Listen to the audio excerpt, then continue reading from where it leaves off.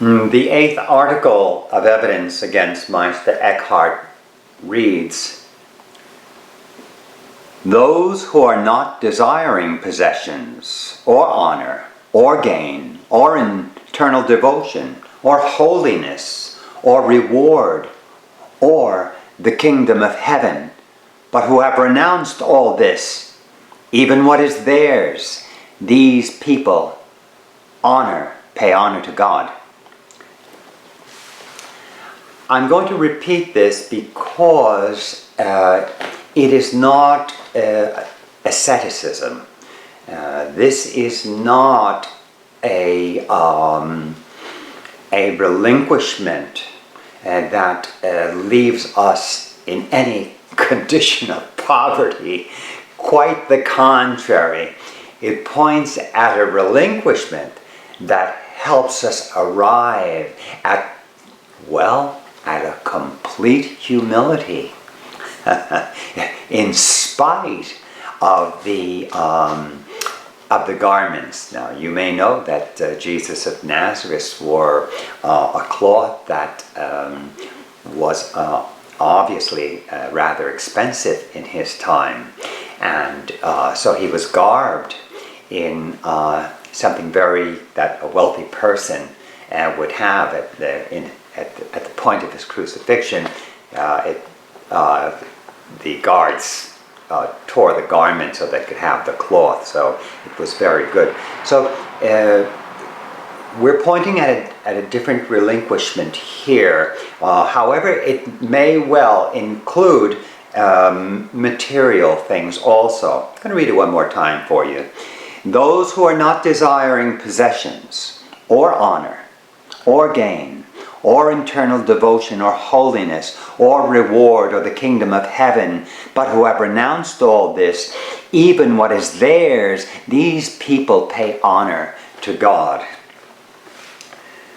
So let me approach this from rather than an interpersonal, an intrapersonal way of looking at it, okay? So you see the difference between interpersonal and intrapersonal. They're actually very related.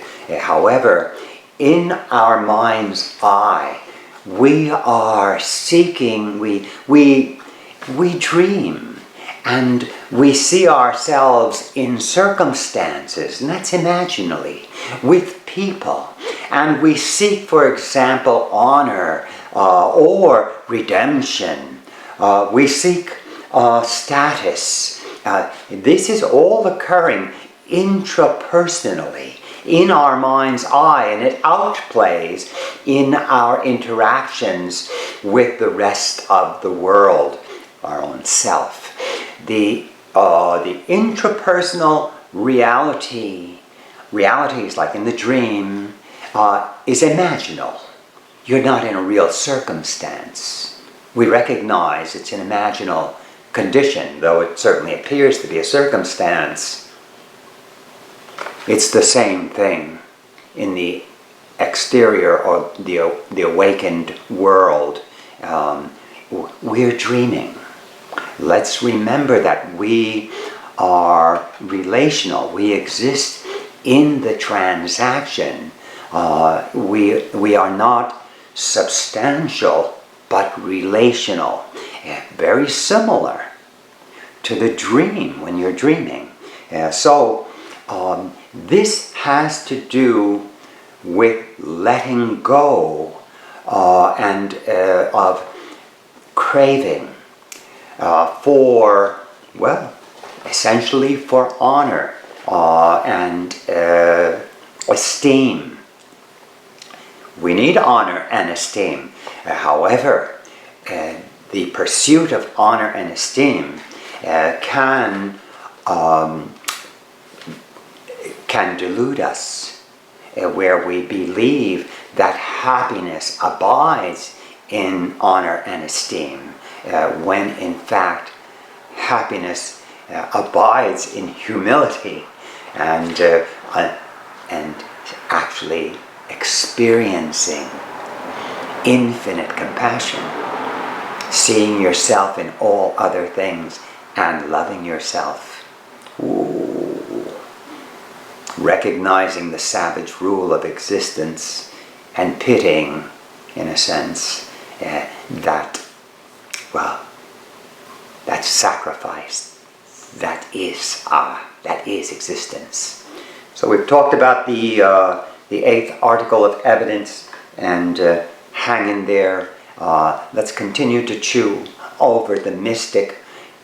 He helps us to arrive at the meditative placement of attention. The meditative placement of attention will interrupt the internal scenarios, and even though they occur, they will be held. Even as the spirit holds the relative field, they are accepted, integrated. However, there is a distinction between our wanting and, of course, the images in our mind and our relationship with them, which we want, and our true nature, not to be too confusing. Thank you. We'll go to the ninth article.